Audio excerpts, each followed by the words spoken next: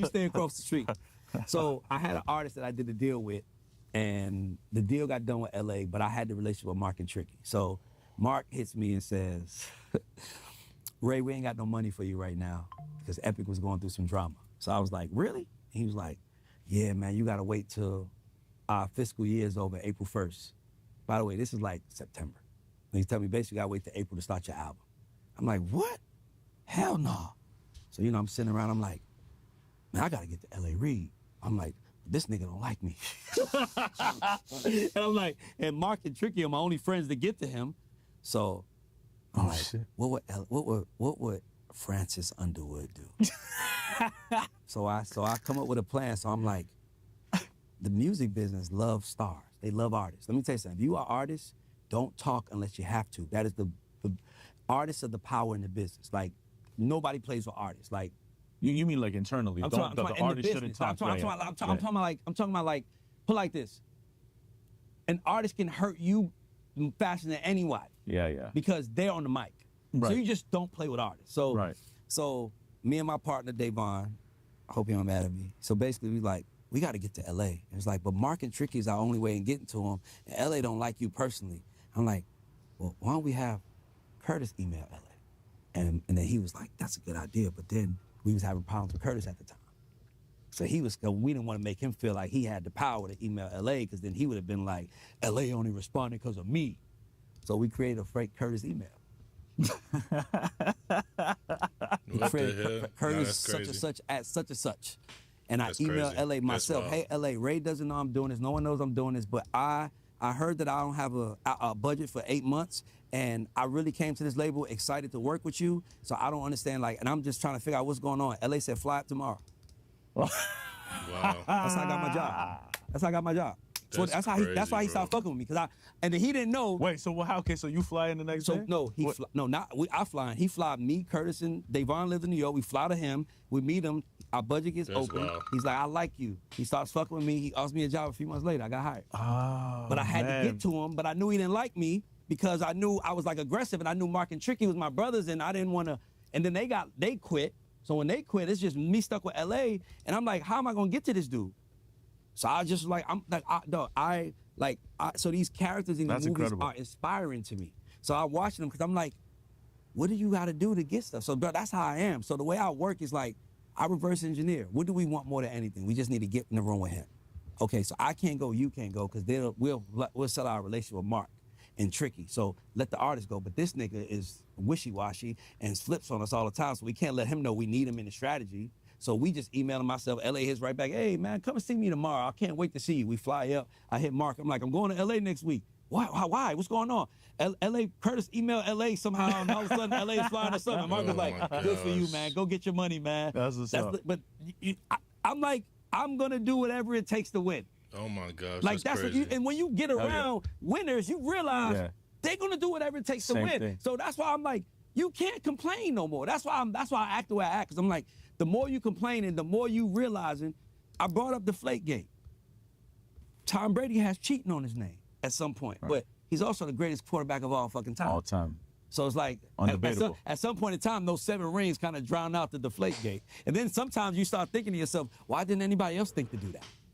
It's funny you say that, because a lot of people feel like to get in this business, you kind of got to like be formal, and it's like, no, man. No, you got to just be a punch. real motherfucker, Yeah. and just be like, You got to be like, yo, bro, I don't know you, man, but I'm a fan of yours. I wish you would give me 5 minutes. I'm telling you, that's what you got to be. Yeah. All that. Hey, man, my name is such and such, and I represent the entertainment company such and such, and I have an Yeah. artist named such and such. By the time you get to the artist, I forgot your name and the entertainment company. Yeah. And now I'm trying to remember the artist name. I'm like, what's your name again? And it's like, bro. But important to note, though, that's just authentically who you are. Just be authentically who you are, Yeah. right? Not everybody has to come with the Ray Yeah. Daniels type of energy. It could just be you, but you have to be But you persistent. have to And know you gotta what you think want. strategic. You have to think you got to know what you strategically. want. And by the way, and what I think mistakes people make is they remove themselves from the story. See, I know I'm the main character in my own movie. And I know I write the script. And I know, you guys, my team, I'd be like, yo, y'all all a part of my sitcom. Y'all don't know, like, I'm like, we just trying to figure out who's going to be in every episode. Like, I really believe that, because we should be writing a script to what our life is. I told my team when I wanted to be 3 years ago, I said, this is my goal. The reason why Mike's my manager now, came on the team and run my business, because he called me, he said, this is what I think you should do. I'm like, damn, that's our plan. Okay, you see me the way I see me. So now you get people around you. I got Rocky on the team. You get people around you that see you the way you see you. See, most of the time, people don't see you the way they see. People don't see you the way they see you. They really just don't want no one else to see you, so no one else can take you from them. So they can't. You know what I'm trying to say? So people really be blocking their friends from having blessings because no one wants that What's person. up, everybody? Man, if you in here, man, go ahead and put a yo in the chat, man. Baseball, I see a couple people in here. Go ahead and put a yo in the chat. The trainer What's up, comes man? and he's like, he's going to the pros. And Mark, his character's like, can I go? He's like, no. We're going over a He's the few tips and tricks of He's like, why I coached him. I got other coaches. Why artists ain't making it in the music industry. You know what I'm saying? So it's we like you exposing start the real understanding the world, real how deal it works, today. man. We It going really down becomes easy to understand to that the nitty-gritty. you are not the character in this movie. No one cares This about didn't you. really give. He didn't Just really give 'cause us you too walk much there on and this decide you want one. to be an artist doesn't mean the world gonna care. So how we gonna make them care? He didn't really give us too much on that on this one. Let me see what else we could check out real quick.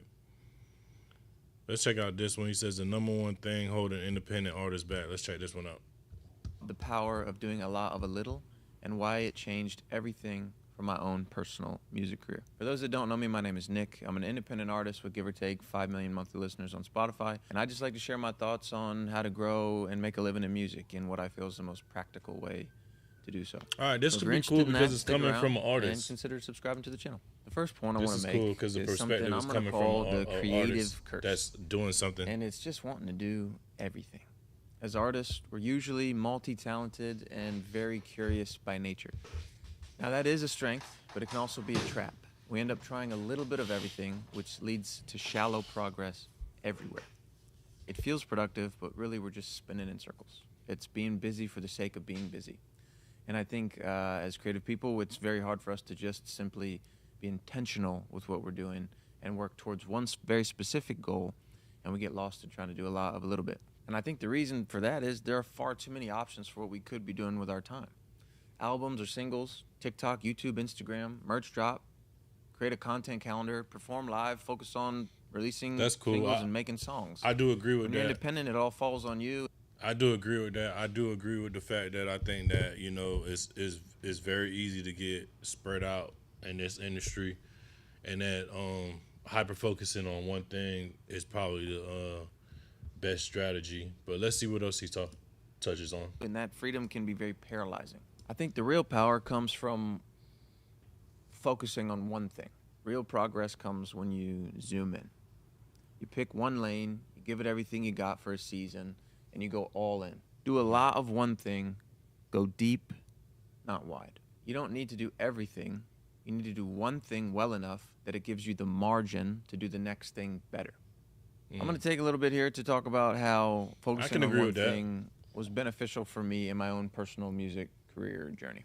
And I'm also going to talk about a buddy of mine, Connor Price, and how I view his ability to do that at scale very, very well.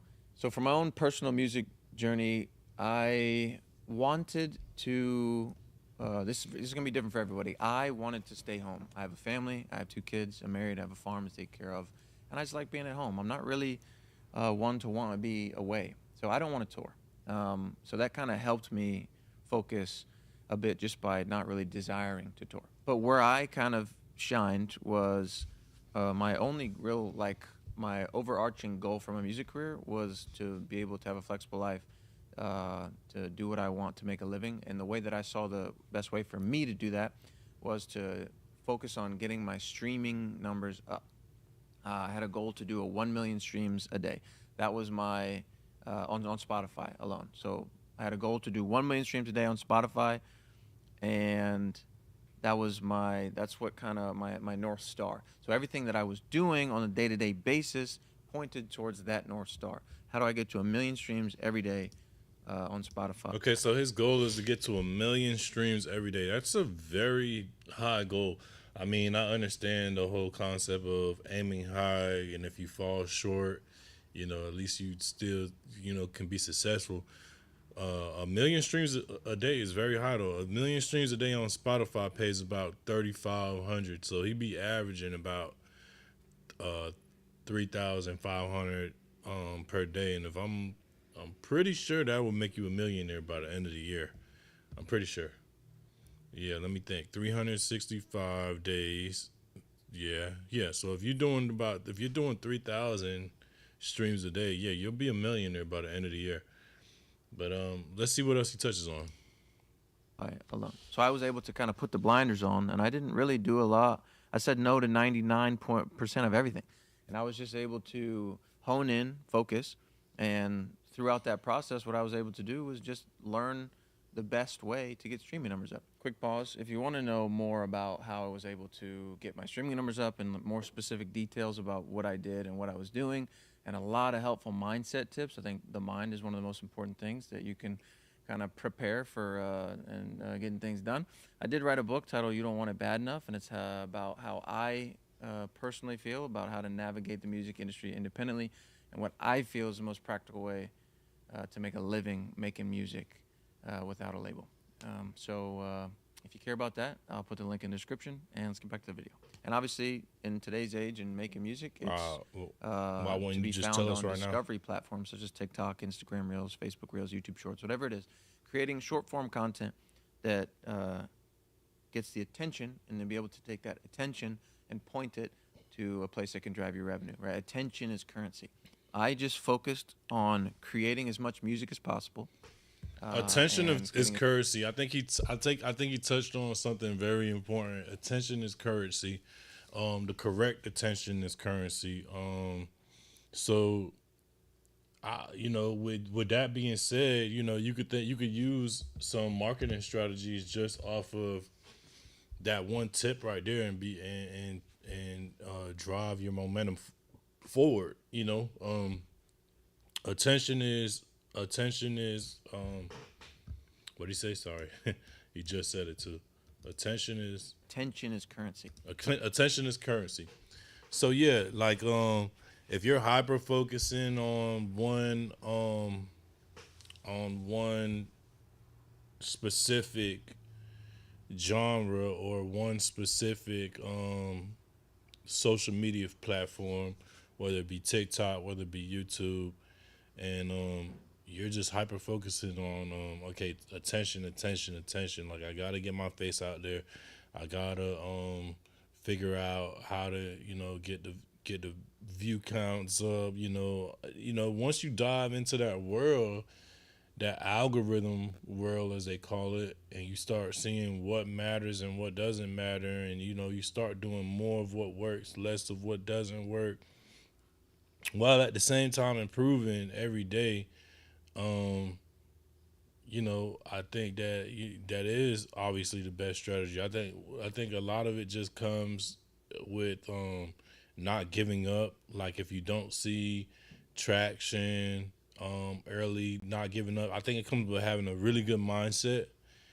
And what I mean by that is a lot of artists, I think, will start out with, okay, boom, let's do this, let's do this full-fledged, and then when they don't see it working, instead of reorganizing their strategy, they either give up or they keep doing the same thing. They don't dive deeper into the research that it takes to get to the next level. Now, think of it as let's think of it as nudges, right? Let's think of the music industry, or just being successful as a content creator, as nudges. Let's say that you have 10 nudges that you have to get to, and the 10th nudge is success, right? Or 10 levels that you have to get to, and the 10th level is level of success, right? And you start off on the very bottom, right, at 0. Let's say just to get to level 1, you need 3 nudges, right? So there's 3 levels just in level 1 called nudges, right? And let's say, okay, the first nudge would just be making content, because that's a part of it, turning the phone on, turning the webcam on, making a song and releasing the song. That's just, you know what I'm saying? Let's just say that's nudge 1, right? You do that. Let's say nobody responds to nudge 1, right? Nudge 2 would be either figure out why nobody responds, or just do the same thing again. You see what I'm saying? So let's say you did okay. Let's say you just went ahead and went for it again. You made another song. You dropped another song. You tried the content again, and boom, nudge 2 worked a little better than nudge 1 this time. So you feel yourself having a little success, and you try it again. This time you're stuck at nudge 2. Same thing, rinse and repeat. You can either try to figure out why nudge 2 is not moving. You could dive deep in the research front, or you could just try it again. You see what I'm saying? Nudge 3. Now what happens is typically people get stuck on nudge 2, which means that it doesn't matter how good per se the song is. Let's say if we're just talking about music artists. It doesn't matter how good the song is. Sometimes it's not the song. Sometimes it's just how you're releasing. Sometimes it might be camera angles that you're using. Sometimes it might be the length of the video that you're recording. Sometimes it might be the setting that you're recording the video in. You see what I'm saying? Sometimes it might be the parts of the song that you're doing. Sometimes it might be the hook line. But if you're not going to do the deep research into nudge 2 to figure out why nudge 2 is not working, then you'll never get to the nudge 3, which is level 2. You see what I'm saying? So I just wanted to bring that to you guys' attention, like, the research part of it, the getting down to the tech part of it, the really trying to figure out what's going on and not just giving up part of it, that is also extremely important. Okay, let's see what else you got to say about this. So far, so good. I just focused on creating as much music as possible, right, and creating as much content as possible, and in turn, that would get my streaming numbers up. And I've been able to be very fortunate, very blessed to say that I did hit that goal of doing 1 million streams a day. I hit that goal a few years ago, and I've been able to kind of hover there up until now. Really? I attribute a lot of that success to being able to focus on one thing, give it everything I got. Wow, so he hit that goal. That's crazy. I think your ability to focus I did is not a think he was going to superpower say in a world where everyone else is distracted. There's so many things wow. in the day-to-day.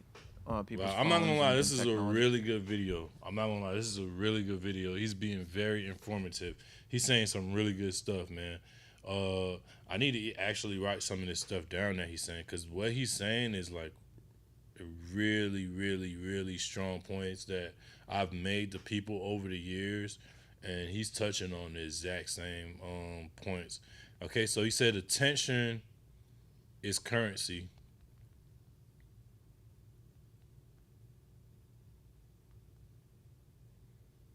Okay, that's the first one he tapped on. And the second one he tapped on, he said that hyper focus in a world where everyone else is distracted.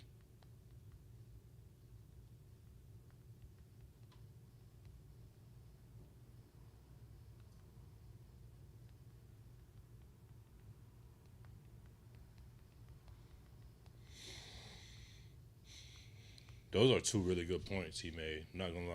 All right, let's see what else he's saying. That are causing people to be distracted. So I think a superpower is if you can find a way to be focused on something. Right.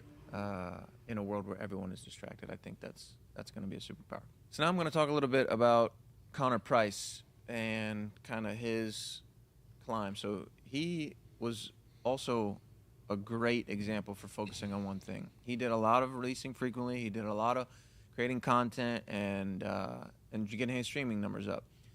And he did it long enough. You kind of got to think of it like chapters in a book, right? You have to finish chapter 1 to get to chapter 2. Wow, Everyone wants to kind of just like read all the chapters at once in the music industry. It's right? crazy. They want to do everything. They have the urge, the desire, the creativity, the spark. They want to do a little bit of a lot. When you really shine is when you do a lot of a little bit. So Connor, at the beginning, he was doing the same thing. He's posting content every day, releasing music very frequently, creating a lot of songs, driving traffic to Spotify and Apple Music and getting his streaming numbers up. And then after a couple years of doing that, he decided he wanted to go on tour. And because he had already done a lot of a little bit, a lot of getting people, a lot of creating content, releasing frequently, getting streaming numbers up, getting people to care and pay attention, then he went on tour. He built the fan base first, and then he went on tour. And in that, his first tour, his first headline tour ever as an independent artist was sold out. Every show sold out. And when he was on tour, he gave the tour every bit of his focus and every bit of his attention. And in turn, that's the reason why it's sold out, right? It's like, where can you put your focus? And wherever you put that focus is what will grow. And another real life example of this that's not in the music industry, but I think we can take something from it, is I might have talked about it in the past, but there's a food truck in Charleston, South Carolina. It was a food truck, now it's a brick and mortar. But it started as a food truck. And the line for this food truck was down the street. And the food truck sold, they just made fish and chips. That's what they sold. They sold fish and chips. But when you got up there, you waited in line. You got all the way to the front of the line. You get to the truck, you're reading the menu. And what it said on the menu was, we got fish and chips or fish or chips. All right? They did one thing. They did really, really well. And the line was down the street. They didn't try to do a little bit of a lot. They did a lot of a little bit. And they were able to build their business, and now they're in brick and mortar, and now they're crushing. And I think it's just another example of how honing in on one thing can lead to growing a lot in that specific thing. And it's not to say that, scratching the itch of doing those things. It's like this for me, like educating people on I'm very passionate about educating people on growing in music and what I feel is the most practical way to do so. And I do honestly feel that if I sat here every day and created videos here every day, that the Freddie for Artists YouTube channel would have exponential growth. But I don't sit here every day. I sit here when I have an itch to talk about something, and I'm usually, sitting over there and I'm making music every day. So I try to be very focused on what I'm doing. I try not to do a lot, but if I am doing a lot, the majority of my time is focused on one thing, and that thing is the thing that I'm trying to take to the next level and to grow. I also think just focusing on too much at one time is stressful, right? There are too many options, and thinking about all those options in your mind over the time can just lead you to decision fatigue. It's like you can't even decide what you want to do because there's so many options. So I think if you just are able to lock in, pick one thing, give it all you got. Set a time frame for it. Give it all you got for 3 months, 6 months, 9 months, a year, 2 years, whatever it is. For example, let's say you took the next 6 months to just only make music, not create content, not worry about touring, not worrying about selling merch, whatever it is, not graphic design for your cover arts, not making music videos. Just create the best and most music you can over the next 6 months. That's right. Chapter 1. Chapter 2, make content to promote that music, right? And then build it that way. Look at it as like step by step. A lot of people are kind of trying to do it all at once, and I think it's exhausting, and you can't really give one thing your attention enough to even see it grow. I like that. To summarize, focus does not mean you never do the other stuff. It means you choose what to build first. Every part of your career needs love, just not all at once. Right. Think of it like the chapters in a book. Each one matters, but you got to write them one at a time. Right. So just try to take a look at what matters right now to you. What really matters right now. I'm not gonna lie, very informative video. I really didn't think that video was gonna go that way. I didn't think he was gonna give that much good information in one video. Shout out to him, man. For real, man. I'm gonna go over and give his Spotify a follow and just check him out, man. And I really appreciate the knowledge that he shared today, man. That was very informative, and so the two things that we took away today from him was attention is currency, which is definitely 100% true. Attention is currency. You gotta go crazy as far as putting out content for the sole purpose of really just being seen. You know what I mean? Just being seen. Drive your views up slowly but surely. Figure out what works. Look at all the nitty gritty analytics too. You know what I mean? Like if your watch time, for some of your videos, like some of my videos on TikTok, some of my watch times are like they'll watch like 1% or 2% of the video, right? And then you see the other watch times where they're at 5%. You see the other watch times where they're at 7 or 10%, right? So you got to figure out, okay, boom, why didn't they like this one, or why is the watch time so short on this one? How can I make it longer? Going into the nitty gritty of that. But if you're not paying attention to all that, if you're just putting out videos over and over again, you're not doing any research, you're not trying to make your hook lines better, you're not trying to make the videos better overall, you're not trying to make what you're speaking about more interesting, you're not trying to do any research. Even today, like with what I'm doing today, honestly, the reason why I'm going through and finding these different videos is because I want to have more content to talk about when I go live on TikTok, when I'm doing my music reviews. I wanted something that I can put in between, right? And I could have either just wigged it and just went on, TikTok and then started looking at videos. But I was like, nah, I want to come on here, come on Twitch, come on Kick, and goddamn watch videos, really find good clips, good points, talking points. I didn't want to wing it because I want the content for when they do engage on TikTok to be really good. All right, so what up, bro? What's good, bro? Music, what's happening, bro? How you feeling, bro? Today we're exposing why most music careers are not doing good in the music industry. So we're just going through some really informative videos that some of them I watched, some of them I haven't watched, and we're just going into the nitty gritty of what they're really saying. Let's watch a couple of shorts too. Real reason why fans aren't connecting with your music. Matter of fact, let's watch this one. I think I was watching some of this earlier. You can buy fake likes, fake views. You can buy fake comments, and they're all going to be fire emoji, hard eyes. Yeah. You can't buy a genuine comment that is like, this song reminds me of when I was blank. Correct. Or the share to the girlfriend that says, this should be the song that we play for the first dance at our wedding. You're right. Can't buy those and Right. fake those. Right. And that's that only comes from true relatability and seeing that authenticity in the artist and it not feeling like, oh, they're just doing this to get likes or views. Yeah.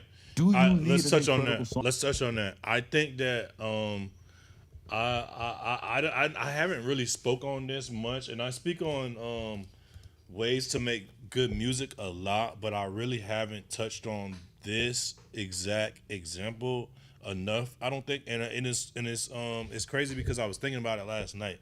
I was like, you know what? I don't really talk about enough of how much of an importance it is to connect to the fan base on an emotional level when you're writing your music. Or like, it's one thing to make music that feels good or feels emotional or has good lyrics, but it's a whole nother thing to make a song that's like, that, like he said, like, man, I want to play this at my wedding. Like, you know what I mean? Like, the words are just so inspirational, so inspiring. Like I really, really just deep down love it. It makes me feel a certain type of way. I connect with this song different because of what the artist is saying. I don't touch on that enough, and I think that he made a really good point when he said that, like, it's easy to just go in the studio and just make a song and really overlook, because I've done it hundreds and hundreds of times. I think there's only been really one time when I wrote a record and I had the thought or the vision of, okay, I want this record to really touch somebody's soul. You know what I mean? And that was like when I wrote a record. It's called This Time Is Love. And it's kind of like a wedding based song, so it's kind of funny that he said that. But I was dreaming, and I heard the record in my head as I was dreaming, and I was like, damn, this record is strong, it's powerful, like, wow, this is crazy. And I woke up and I was like, oh shit, because when you dream of, I don't know if you guys ever do this, but me as a songwriter, me as a, as an artist, as a producer at heart, a lot of times when I'm dreaming, I hear a record that's so good. Like, I'll be at the mall in my dream, or I'll be riding in my car in my dream, and I'll hear a record that it comes on the radio, and it's so good. Like, it's so good. I'm like, what the fuck, bro? This record is crazy. Like, damn. Like, and the first thing I think to myself is, damn, I wish I thought of something this great. You know what I mean?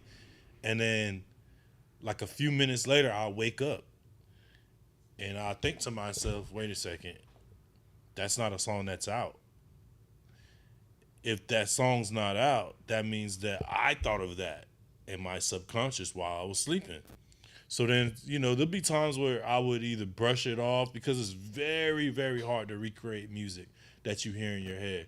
And the main reason why it's hard to recreate music that you hear in your head is because I don't know if you guys notice or not, but every key that could be played doesn't exist on the keyboard. Okay, so think of it as steps, right? Let's say you have 10 steps, right? And each step is a different note. Well, in between those 10 steps, there's 100 notes that exist that you're not playing. That's how a piano is. So you got C, D, E, F, G, A, right? And then B, right? And then you got, B flat or B sharp, right? The couple that's in between. Well, they put a couple in between, but the problem is that's not enough. There's literally hundreds of notes that exist in between. They only give us one black key. You see what I'm saying? And they can't give us all the notes because there's not enough keys on the keyboards. You don't even have enough fingers to play all those notes. You see what I'm saying? So what they did was they simplified it. For anybody that doesn't know, about the in-depth science of music theory, that's what they do. They simplify it. So we only have a certain amount of keys. They're not giving us all the notes. The day that I discovered that, I was like, wow, because I had a song in my head and I'm trying to play it on the keyboard and hit the right notes that was in my head, and it just didn't exist. And I just couldn't find out why. I was like, why can't I play this song? And it was until later when I realized, okay, some keys just don't exist. But I know that was a little off topic. I just wanted to break that down. But there was a song that I wrote that was very heartfelt, very emotional based. And even to this day, if I listen to that song, I'm like, wow, like it almost gives me goosebumps. So I just wanted to say that like artists, like, get on that grind of making emotional based music. It could be rap, emotion, whatever, but just make emotional based music, because that's really going to connect with the artist more than anything. That's really going to drive your streams and drive, your fan base more than anything. And it sounds simple to say, but unless you go in there with the mindset to do that and stay with the mindset throughout the whole creation process, I promise you'll forget it. Let's see what else was going on. That was a good point, though. On for the branding and the marketing and the content to work. Absolutely. So a lot of life can be broken down into 80-20 rule. 80%, 20%.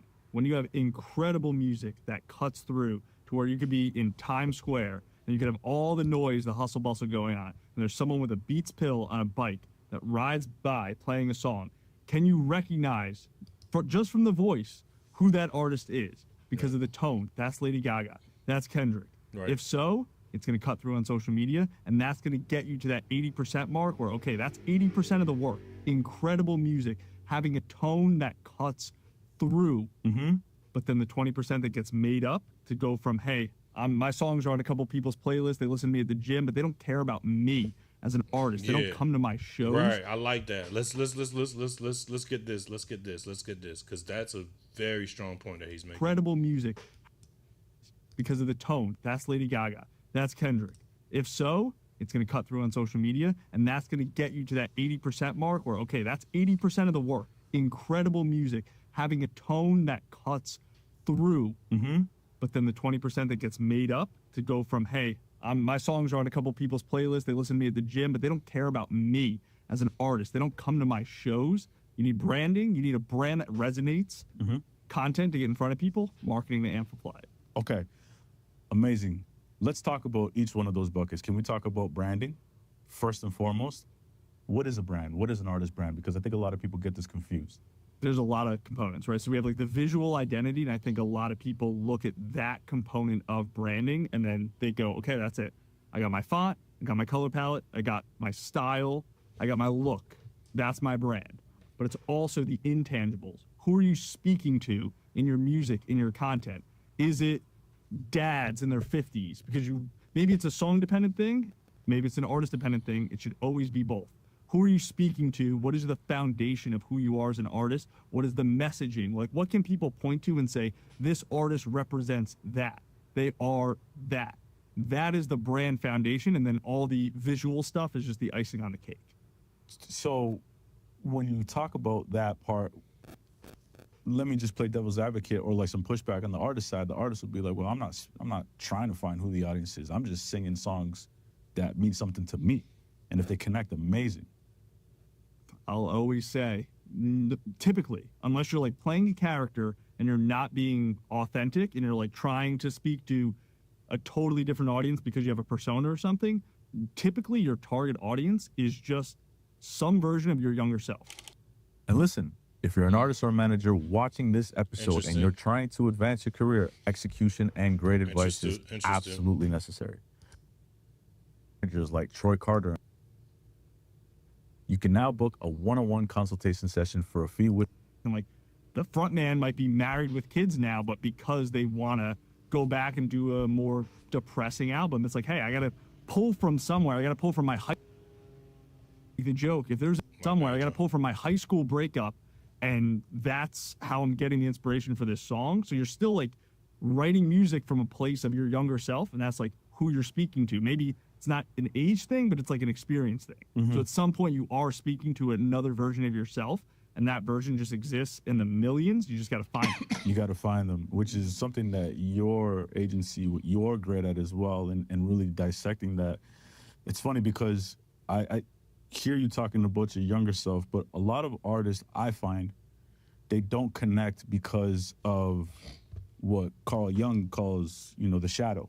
Right? And it's just like artists don't go deep enough to who they are, and they suppress certain things about themselves where then they can't really like live life to fulfillment or even be able to connect with people at a very macro level.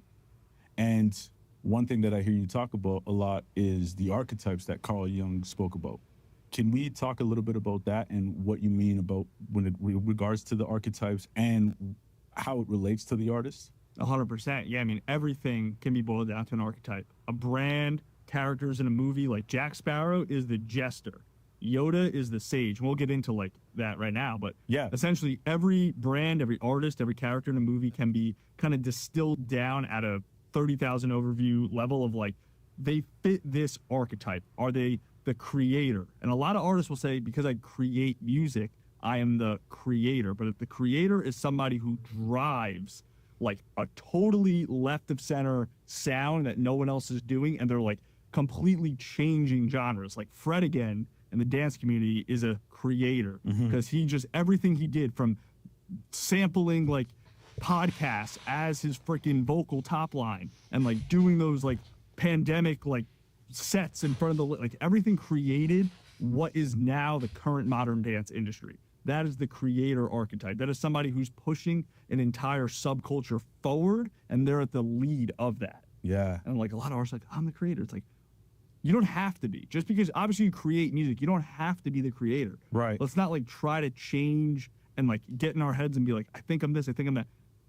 We'll find who you actually are archetype wise, and then we'll just amplify that. Are you the explorer? Are you somebody who's like, you're always traveling? It could be a very literal, like you're literally just always exploring in the world. Or it could be more like, I'm always exploring sounds. I'm always exploring like parts of myself. I'm never really satisfied just staying in one place. Very different than the creator. The creator's trying to drag the culture forward. The explorer is just trying to like experiment and go within themselves. Are you the jester? Are you like Lil Dicky would be the jester? He has a freaking comedy show. Like, are you comedic in nature? Are you not like, you don't have to force comedy. If you're naturally funny and you want to be slapsticky and goofy in your content and just that's who you are as a person, you are the jester. And you can still build a legitimate, serious fan base being the jester. Jack Sparrow, like he has action scenes, but he's also funny. And then you have the dreamer. Are you somebody who like the underdog? Like you're that underdog story that people root for because maybe you have a backstory that's compelling, that can inspire, that you're then going to be very public and vocal about and uplift people who can look at you as motivation. Wow, like they dream big. They have this underdog component to them, and I'm rooting for them because I see myself in them. Are you the rebel?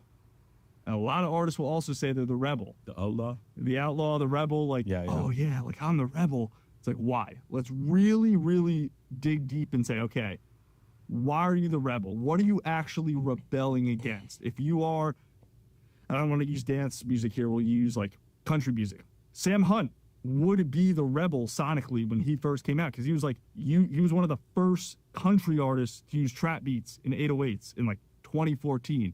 No one had ever done that before, so he was hated for like when he first came out of the scene. But because he was rebelling against traditional country music sonic norms. That is like a true rebel.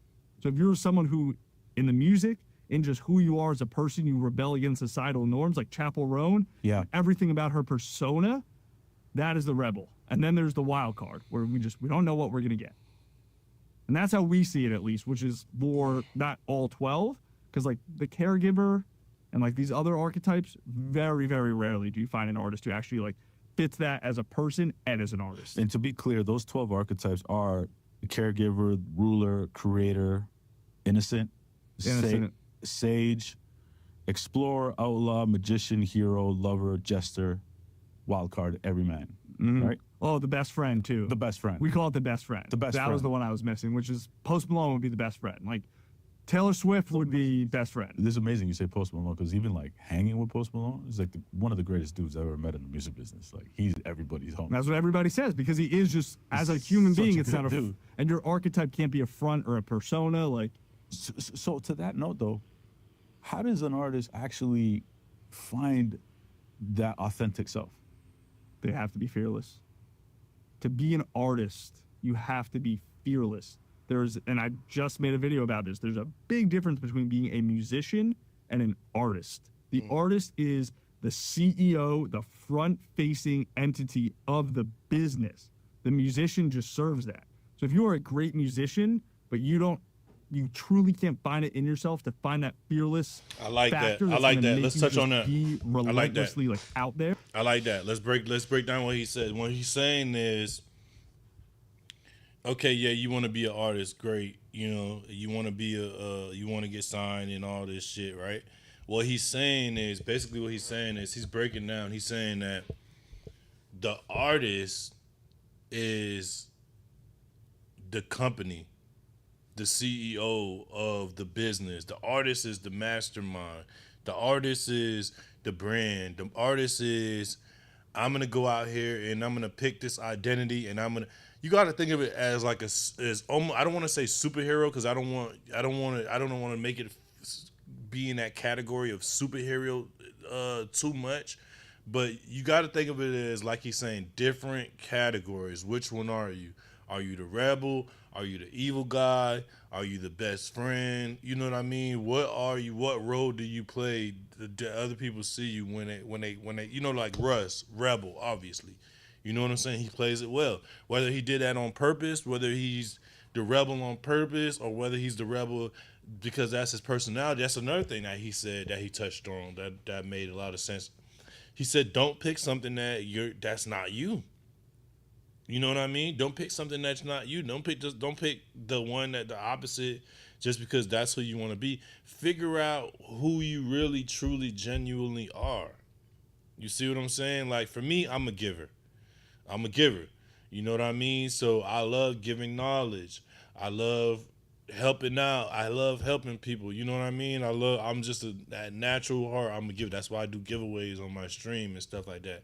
And when I see other major platforms, you know, other major streamers, you know what I'm saying? I always wonder, like, why don't they give more? And some of them do give, you know what I mean? But I'm a big giver, so I think if I was to be an artist, I would fall more in the good guy side, like pushing for, I don't know, because at some point in times, I could kind of be a rebel as far as, like, you know, like, okay, I'm going to expose the industry. Like today, I'm exposing the industry, like why artists are not making it. You know what I mean? So it does, at all costs, it doesn't matter. If I have to if I have to tell you guys that, yeah, Drake uses bots, Kendrick uses bots, hey, that's what it is. You know what I'm saying? So at the same time, yeah, I'm a giver, but I'm still a rebel at the same time.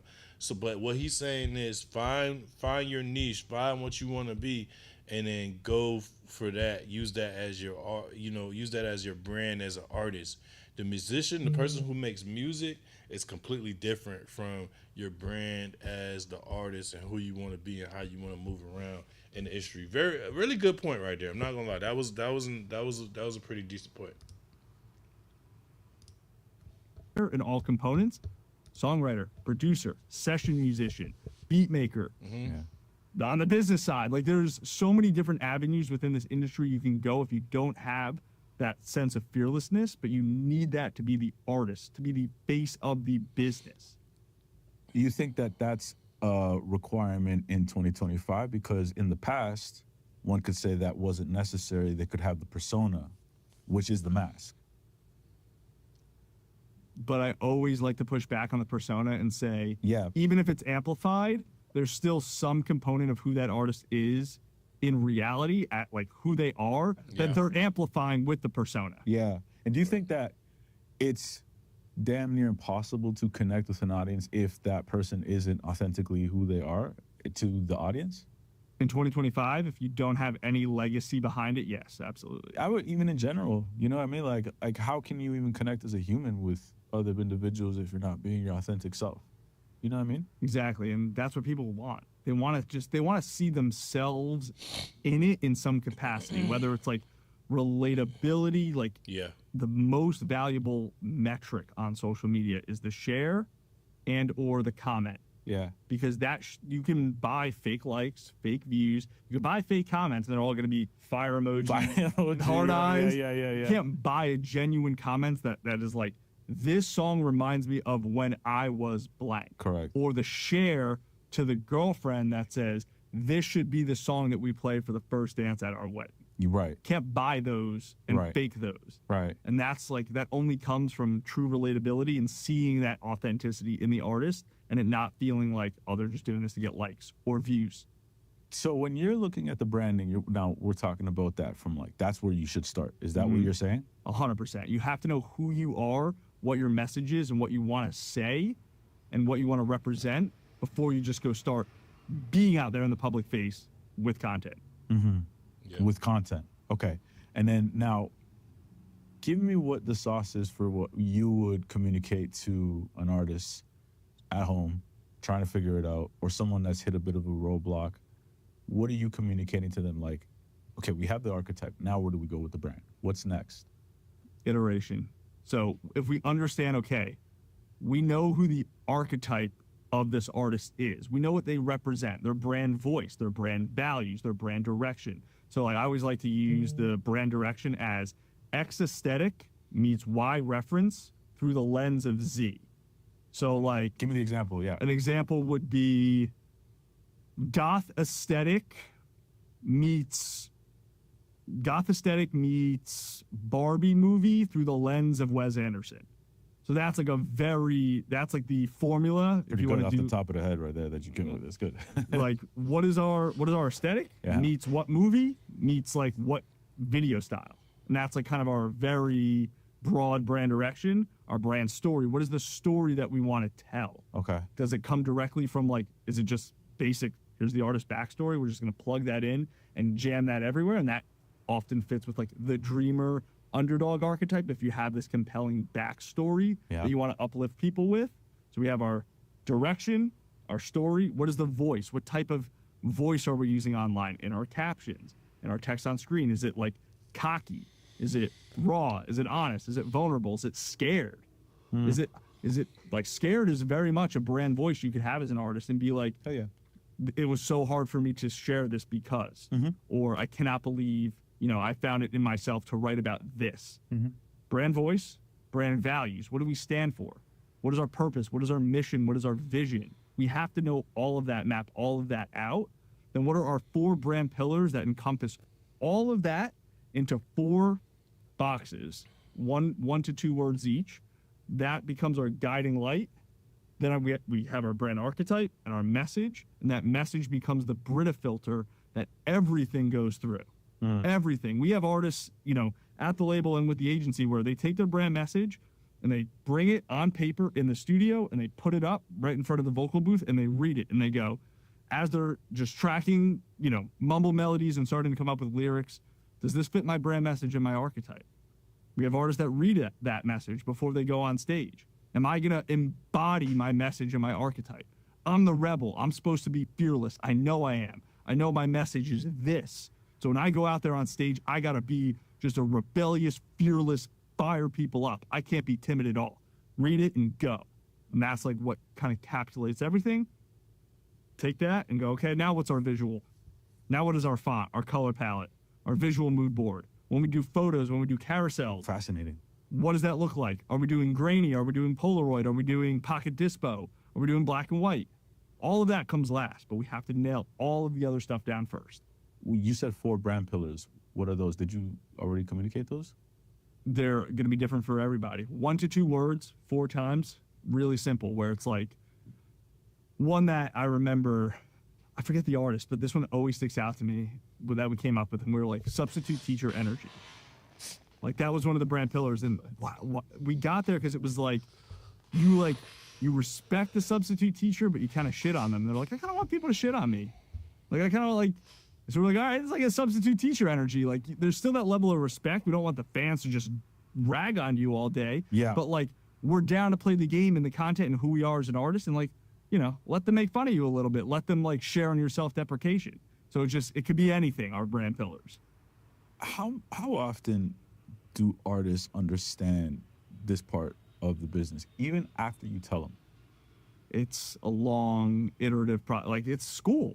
And we got the whiteboard, you know, at Big Loud, and I get on the whiteboard very often, and we treat it like class. And like you have to hear things over and over and over again from the teacher for it to sink in. For me, I'm not gonna lie. For me, this part of it is clearly it's not sexy. It's not sexy. It's not a part of the game where, you know, you're just like, it's not easy to understand. Like picking a brand, it seems a little weird, honestly. You know what I mean? Like trying to pick a personality type and just stick to that one personality type and say, this is gonna be me, is a little bit weird to me. And then like just follow all the way through with that personality type. Let's just think about some artists and think about their brand as an artist, and do they stick all the way with their personality type? First of all, me as a music lover, to be completely honest, I just love music. I don't really care too much about your brand or what you're trying to be behind closed doors. I don't think that you need to connect with the artist on a personal level or on a brand level to connect with the music. I think those are 2 completely different things. I think it helps. I think it helps if you have both going on, but I'm not sure how important I think what he's talking about right now is. Now, I could get to a certain plateau where I'm pushing an artist and we hit a pedestal and we're like, damn, why is this not working? And then I may have to double back to this and be like, okay, maybe it's because of the brand. But right now, I just don't. And then I'm just going off of personal experience. Like, I didn't start liking, I can't say Kanye, because I definitely started liking Kanye because of his brand. But let's just think about my favorite artists, right? Archetype more than brand. I feel like popular artists fit archetype that people can relate to. Archetype more than brand. I feel like popular artists fit archetypes that people could relate to. I could see that too. I definitely feel I agree with you on that. But let's go through some of my favorite artists, right? There's ones that I like because of the gimmick, right? But I don't listen to them more than the ones that I like because the music is good. Does that make sense? Like, for example, Kanye. I started listening to Kanye because of his brand. I started listening to Kanye because I like the Yeezys and I like the rebellion and I like, you know, the oh, I'm crazy and I'm always saying crazy stuff. And you know, the rebel. You know, I started liking and following Kanye because of his brand or his archetype. You know what I mean? Whatever you want to call it, right? But I don't listen to Kanye more than I listen to Drake. You see what I'm saying? Like, if I had to pick between which one I'm gonna play Drake all day. And I don't think Drake has a archetype or a brand. If he does, you gotta let me know what it is. I just feel like Drake's brand is just I make good fucking music over and over again consistently. You know what I mean? I just think that's what Drake's brand is. You know what I mean? I could be wrong. Maybe I'm missing it. Maybe I'm missing Drake's brand. But I just feel like Drake is like, I'm gonna shit on everybody and make good ass fucking music. You know what I mean? And for me, like even the artists that I discovered not too long ago, I didn't care about, you know, anything that they had going on. I just liked the music, bro. You know what I mean? I like the music. And you know, a big thing about me is that I go off of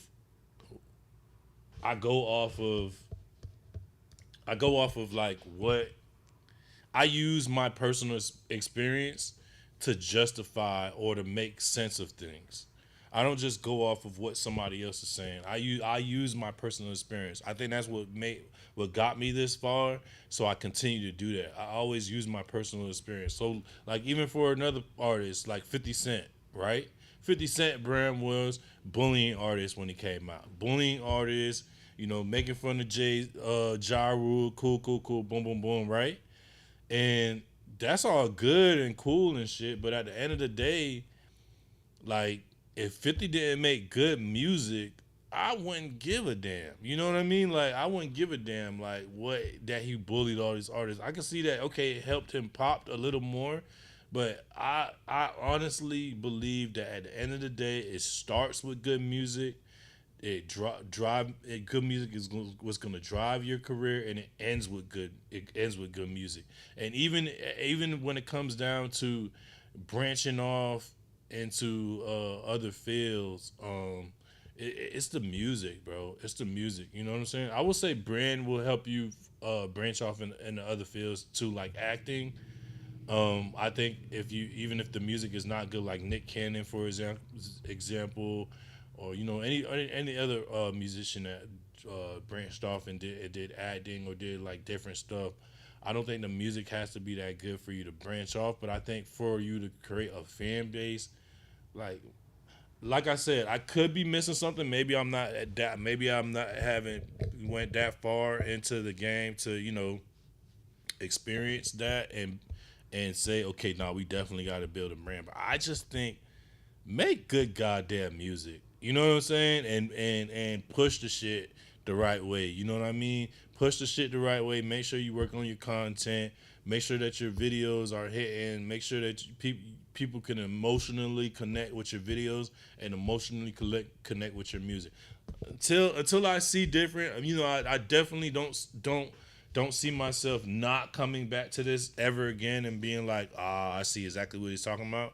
I try to keep an open mind. But for right now, I don't know, man. I just feel like, you know, just make good music. I feel like Drake fits the sex symbol rapper archetype. Before him, LL Cool J, Young Bird, bad example, but fits. I don't know, man. I don't think Drake is. I don't know. I don't think so. Me personally, I don't think so. I don't think so. I'm gonna tell you the reason I don't think so, because I've heard people call every rapper known to mankind sexy. Right? I think money makes you sexy in a female's eyes. I just seen a girl post a picture of Charleston White and was like, and the caption was like, all right, I see, you feel me? If I think they was like, the caption was something like, if you hold one eye closed, if you close one eye, Charleston ain't that bad, you feel me? And it just proves my point. Like, what? Like, once you got enough money, like, they don't give a damn, bro. They gonna ride. They gonna call you sexy. I've seen girls call every single artist sexy on the face of the planet. So I don't know if I don't even think sex appeal is a thing anymore. Is what I'm saying. You know what I mean? Oh, that's my boy. He coming to put a song on a flash drive. Let me open the door for him. I'll play some more of this though. My Instagram, like, there's videos I'll remake word for word because I know people need to hear this like multiple times. Right. It can't get lost in March 2025. Like, you have to hear things over and over and over again. Like, you have to understand, I am the rebel. Okay, why until it really sinks in. These are my brand values and they're important because of this. Why? It sinks in. So it's just repetition. That's so fascinating. And if an artist doesn't have this brand, can they cut through, you think, if they're not listening to this kind of advice? I feel like you just say no. I'm going to say no. I'm going to say, like, if you do have incredible, like, absolutely undeniably incredible music, it'll go somewhere. But it's not going to cut through to the level of, like, you've got 5 million monthly listeners and you're playing hard ticket shows and you're selling out 350 cap rooms. Never going to happen if you're just like, yeah, I don't know anything about myself. Sometimes I show up and I talk on stage. Sometimes I'm like, I don't want to be there, and I just wear a sweatshirt. Like, if that, like, there's no way. Right. But your songs still live on the editorial playlist, and if they're that incredible, which is 1 in a million. Yeah. And then it's hard to, like you said, it's hard to sell a hard ticket with that. You know what I mean, you can't fall in love with the artist if you don't know what the artist is really about. Do you ever find that there are some things that the music industry is still hung up on when it comes to branding that worked X amount of years ago but doesn't necessarily work in this day and age? Yeah, I think it's a fear of change. Like, A what? fear of change. Fear of change. Yeah. Like what? Give me an example. Like the blueprint right now, and this goes back to the like, for an artist to cut through, their voice has to be loved and hated. The blueprint for the biggest artist in the world is Taylor Swift. People love her and hate her, but she also has changed her core foundation of who she is and what she represents. Doesn't change. She's the innocent meets the best friend, but as she's grown up as a person and brought her audience along for the ride, as an outsider looking in, you could just be like, oh, now she's wearing red lipstick during Reputation. Now she's doing this. Why she's always changing? I know an artist has to be this way for their whole career. Kiss was always this, and my favorite band was always that. No, branding changes, and I think a lot of artists in the old industry, old guard, was like, no, this is the artist brand, and, like, we're just going to hide everything about who you are as a person. You play this character, and people get used to this character, and they see it in a couple press interviews, and they read the same little brand voice in freaking Rolling Stone magazine print, and you'll go on Howard Stern once every 3 years, and you have to show up as this person.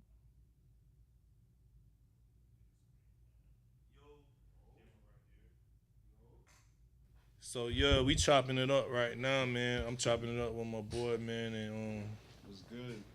yo.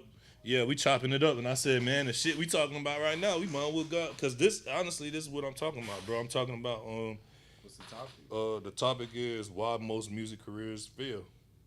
Literally, that's the topic right there. Why exposing why most music careers fail. You can see how many people in the room. I would say consistency. That's one. I wouldn't say number one, but consistency and knowing your craft. Yeah, What I feel. consistency. Like break down consistently. Like, what you think? You gotta do Basically, consistent. You can't lose that momentum type shit. You know what I'm saying? You gotta keep going. And if you're okay, let's say if you're a block mind person, you just be in your zone trying to build up and build up. You gotta keep vibing until you get to that point where you want to be. Don't just give up. You know what I'm saying? Yeah. So even if it falls short a little bit, keep going and let them know you still out there type shit. Okay. You feel what I'm saying? Yeah. So we was just talking because he got a record that he recorded. You letting them know? Yeah, he got a record that he recorded a couple days ago, man, and let him know what you was saying. You was just saying, man. You were saying you're not sure if you want to release the record right now, or No, I'm gonna release it. It's just I don't know if I should just put it out with pictures or I should just make a video to it. You know what I'm saying? yeah. So, should I just say fuck it and make the video? I think it's two parts of this. All right, it's two parts of this, and I use Moot Boy as a very like an example of how to move in the music industry because Moot Boy, I don't know if you know who that is, but he's an artist from The Orlando. name sounds familiar. Yeah, he's an artist from Orlando, and Mook is really good at just getting it out there. Like, if you listen to a lot of Mook's music, like a lot of it isn't mixed and mastered the right way, right? And a lot of his videos, like his first videos, they like just shot, in the hood or just find a cameraman. They're still shot well, but the music content, like what he's saying, is very well. But the prep or the final polish and all that stuff is not all the way there, right? So, but he still consistently puts it out. So if you listen to, like, let's say Mook probably has, at this point in his career, he probably has 10 albums out, right? I remember probably maybe his second album that was mixed really well, and then I mixed one of his albums completely. Really? Yeah, from top to bottom. Okay.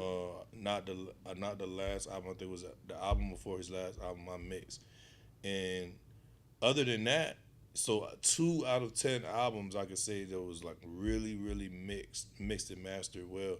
But the other 8 albums, whether he had them mixed or not, they're out, right? And Mook is sound better, ain't it? Huh? So you made this shit sound better. Of course, yeah, most definitely. If you listen to it, he knows it. Anybody that really has a ear for listening to music, they'll definitely they could definitely peep the difference in the quality for sure, right? But imagine if he only had one album out from 2007 and never dropped anything else. You know what I'm saying? He wouldn't be the same artist. Honestly, nobody would even know who he is. Nobody would be going to his shows. Like, it was the consistency. It was the putting out music. And then, hopefully people will relate to this. Now, of course, I would want him. I would, if I was, managing him, or if I was let's say I'm a guardian angel and just walking him through the process, of course, bro, mix and master everything, bro. Yeah. You know what I mean? You made that shit mix and sound master, perfect mix quick, and master bro. everything, bro. Like, for real, But bro. the thing about it is, I can't be mad at how he did it because he's still successful to a point. Of course, he's not like a major artist, but that might be on him too. But he's still successful to a point. Like, he still does features, still does shows and all that. And I just feel like, I wish he was here the other day. I should have asked him to come on here because this would have been a great point to touch on in front of him and like just talk to him just to see like his mind frame. You know what I mean? So what? Did he stop completely, or he's? No. He's still going. Like, he got another album that's about to come out in a little bit. Elrod, what up, bro? What's happening, bro? He got another album that he's about to drop real soon. But it's just, it doesn't matter. Like, to him, it didn't matter if of course it matters. He wants to get everything mixed. Yeah. But if that hinders dropping, I'm gonna drop. You see what I'm saying? Mm-hmm. If that hinders dropping, like, okay, I want to get everything mixed, but if I have to wait an extra 4 months for the mix engineer to mix my album, I'm just gonna drop in 2 months. Right. I'm not gonna wait on that. I'm not gonna let that stop the progress. You see what I'm saying? And I thought, and I always use that as an example. Like, so I say that to answer your question, what I'm saying is, should I just drop a pit? Because what he's asking is, should I? What I was saying. Yeah, what he's asking is, should I just drop with a picture and the audio? My first record. The record sounds amazing, so you got that out the way, right? We did a little mix on it, but the mix that we did was even amazing. You know what I mean? So the small mix that we did sounds better than a lot of other people's complete mix and master, right? So that's good. We don't need to go back in and touch it. It's good. It's cool, right? I ain't even need to tell you to put that voice on there. You put it on the back as quick as possible. That shit sounds hard, Right, bro. facts. So now we have the product. So your question is, do I drop it on YouTube because it's gonna be the first thing you drop on the channel, right? I mean, not the first. I had But pretty this little- much though. Yeah, pretty Pretty much, much. yeah. For a real song. I had Yeah. this shit called 9-second verse. And bro, yesterday I got 304 views, I'm guessing. Yeah, that was a short that you dropped. Yeah. So 9 this is seconds, gonna- bro. And right. 9 seconds? Come on, bro. Right. That many views on 9 seconds? Right. A 9-second verse? Yeah. Come on, bro. But now that I'm getting more established, I'm fucking with you. Let's see what's good. Let's see So what I this can is do. my answer. This is how I will answer it. I would drop as soon as possible with the best content quality as soon as possible, right? So those two things, 1 + 1 = 2. But at the same time, even if you can't get the other one, 1 + 0 in your situation, 1 + 0 still equals 1. You still took a step forward versus 1 + 0, but you don't do anything, and now you got 0. I see what you're saying. You see what I'm saying? So what I would say is, if you can get 2, if you can get both, if you can get a really fire music video done within the next week, and shoot your first thing that you drop is a fire video within the next week, do that. I would say by next Friday, whatever, not this Friday coming up, by next Friday, next week Friday, whatever you could get done by next Friday, but do not go past not dropping by next Friday, no matter what. Stay with it. No matter what. So if you say, all right, fuck it, I'm gonna go shoot a video then, or I'm gonna get a hard ass lyric video done. You feel me? Whatever content that you got for that first one, even if you don't get it done by Thursday at 11:59, post a picture with the song. Okay, what about this? Okay, remember how I said I got that second song I'm gonna come with you with? Yeah. Should I drop a second song before I even drop the video to Drunken Master? That's what I'm saying. No. Okay. Nah, I don't think you should do that. I think you should get out Drunken Master as fast as possible with the highest quality possible that you can. So set the date first. What's the time frame that you want to drop? I just gave you next Friday for like a little leeway, but I would even say 7 days, next Wednesday. Okay. You know what I'm saying? And whatever you can do within 7 days, whatever the best video you can make, I don't care what you got to do. You know what I'm saying? We can sit down and talk about content ideas. Like for me, if I was in your shoes, what I would do is make the hardest lyric video that I could make, because you're not. How do you do that? So I have people that make lyric videos, right? So Oh, you mean like putting the words on the screen? putting the words on the screen, right? So that's what I would do. Like they use the AI to come up with a picture or image, and then they make the image move. So you know what I'm saying? Yeah. So we might just take it's as simple as like I take a picture, you send me some pictures, and they put your head on a AI image. So now the body is AI, but the head is you. So it just looks like you took And it took could over look like a samurai or some shit. in the Exactly. video? Okay. You feel me? Okay, I'm fucking with So that. now with that, they put the lyrics over that. So now you got the motion, basically a motion cover with the lyrics over that. And it's not gonna be too much motion, but it'll be like a loop. I can show you an example of a couple that we did, right? But it'll be a loop of maybe an 8-second loop of whatever you want the samurai to do or whatever, right? And I would say if you do that with really nice lyrics on top of that, I think you could get that done within a week too. You know what I'm saying? So I think that would be quality content to post as your first thing, and it's not doing too much because it's not a music video, so you ain't got to go out the way to shoot a music video. It's kind of just right in the something like a middle. visual. It's a visual. It's a high quality visual with the lyrics, because people love reading the lyrics. You know, as Let me know what they I'm saying actually. you feel me. For real, for real. So if it was me, that's the first thing that I would drop is a lyric video, a high quality lyric video on the channel, and then let's see how that performs.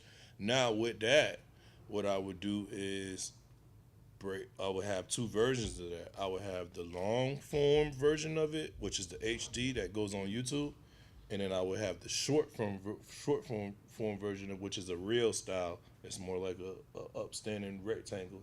Okay, you like gotta as you help me strolling with on your phone. You gotta help me with Yeah. that one. So I have 2 versions of the same video. That way you could post, like you see that short that you just posted. Yeah. That's a short. It's different from the rectangle, the regular rectangle. You know what I mean? So the reels is like this. The video is like That's this. the way it's gonna be shown, is what you're saying? Yeah. So when you're watching it, like you can't share this as a reel on IG because the format's not right. So when people strolling on IG, you see this. You strolling and you see this shape all day on your phone. Got you. You never see a video like this because it doesn't fit the format. Right. So I would have 2 different formats. I would make it a lyric video like this and a lyric video like this. That way, this one's for YouTube, this one's for IG. So it's gonna be known, like you'll put the word out on it, like whatever video it is. Nah, you can't share a YouTube to IG, so they're gonna know anyways. If you're on IG, you're just gonna know, because you can't share a YouTube on the IG. That's what I'm saying.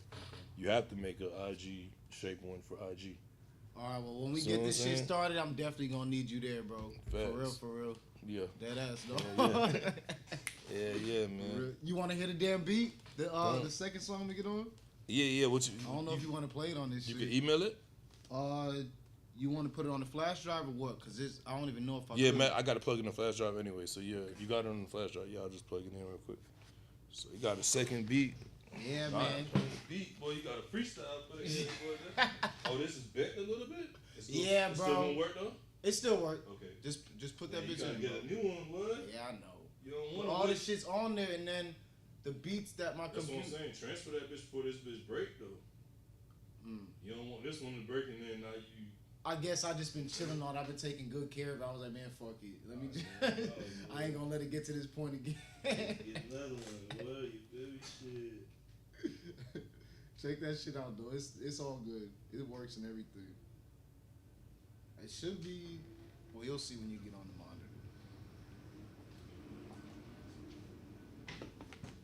monitor. Let me know your honest opinion on this beat.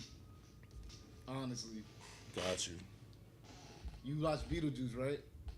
Yeah. You know I always got to make my songs about something type of shit. Facts. Beetlejuice. All right. It Let's should be see. on. It should be on the unknown artist. Whenever you get in there. And the what you call it didn't pop up right away. The hard drive did not pop up right away. Let's give it a little bit.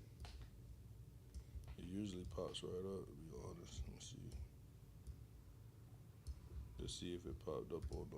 You got it in all the way. Yeah. So it didn't pop up. Let me try to plug it in one more time. They never did this.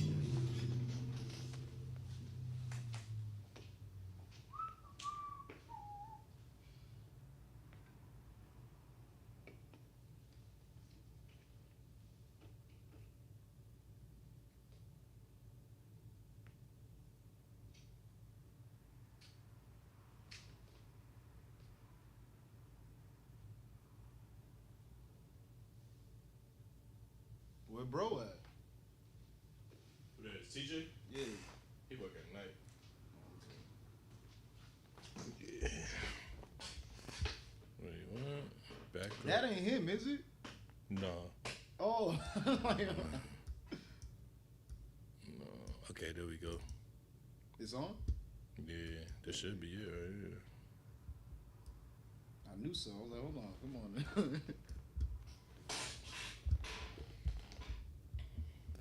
It's just a strong ass USB that does. Yeah. All the beats are on my old computer. I can't even get it out of there anymore. So it's like I gotta work with these. You know what I'm saying? Yeah. These are the beats I'm gonna work with. I have to work with them. Yeah, you gotta back this one up, man. Oh yeah, you want to talk about this consistency shit, man? These songs, I wouldn't say they're the same written shit from when I was a kid, but all these beats are from when I was fucking 16, 17, bro. Like I'm Yeah. just getting back in my shit. Like, you know, life hits us, going through some shit, so Yeah. Took a standstill. So these lyrics are from 1617 type shit? You know Or how I just wrote the beats? Drunken Master? The Yeah. first half was. Okay. But the second half, when I started doing all that, I think it's appropriate. Yeah. That was, and then the hook too. I never wrote a hook too because my brother was supposed to be on it. Okay. You know how that go. Right. Like I said, family shit. They going through shit. Right. He didn't end up getting on it, so I had to finish my song. You feel what I'm saying? Music folder, where we at in here? Right there. Unknown artist. Unknown artist, no album. Damn, I just played with my ass. Beetlejuice. You see all that shit, bro? Like, imagine sitting on that for years, bro. Yeah, that's crazy. I'm not gonna lie, that's crazy. Hey, that's how I be. That's what I'm talking about, though. You feel me? That's what I'm talking about, man. That's the nightmare, man. Sitting on music is the nightmare. That shit. I don't want to see artists go through.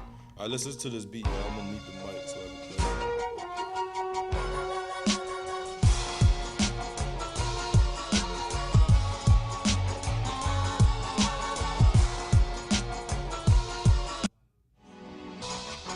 Now back to Beetlejuice.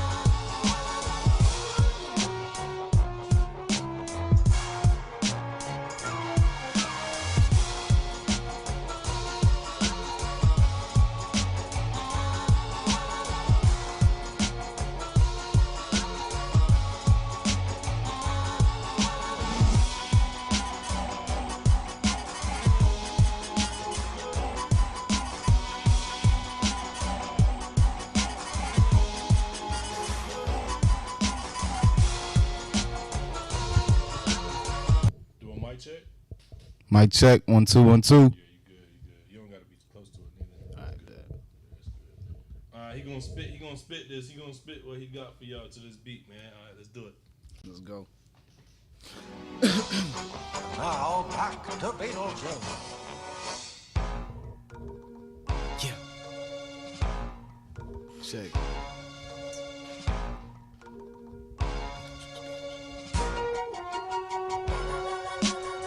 I'll be the first to admit I took your bitch, nigga. I'm probably rubbing on her tits like a rich nigga. What's the problem? ESA fit a air gun. It's quite depressing, I'm guessing he's so amazing. I smoke a blunt with Frankenstein as he pours the wine. With 4 bitches in suit and tie, shit is so divine. If you believe in ghosts, baby, you should run and hide. My name is Reagan, I got the juice, but it ain't mine. Came for your soul, I stole it just like a criminal. I got the crack and Stevie Wonder say he see me though. A concentrated Billy go to sacrifice his clearly shown the street side to that triangle. Signing note and dying slow. Eddie and Eddie scheming by the dollar. My meaning, so y'all should follow the leader. This boss is never defeated. So come see the vision of God, a samurai master with adjustment of skies. Back to the past with the Wizard of Oz. If after your bitches, my dick in the bar. E equals MC squared. You MCs are squid. Wallow in fear as I swallow your tears. Now I'm down in the beer, the drunken fist of Akira. How the fuck I'ma steer it? Crash land in the deer and whoa. That's just no song, man. Word up.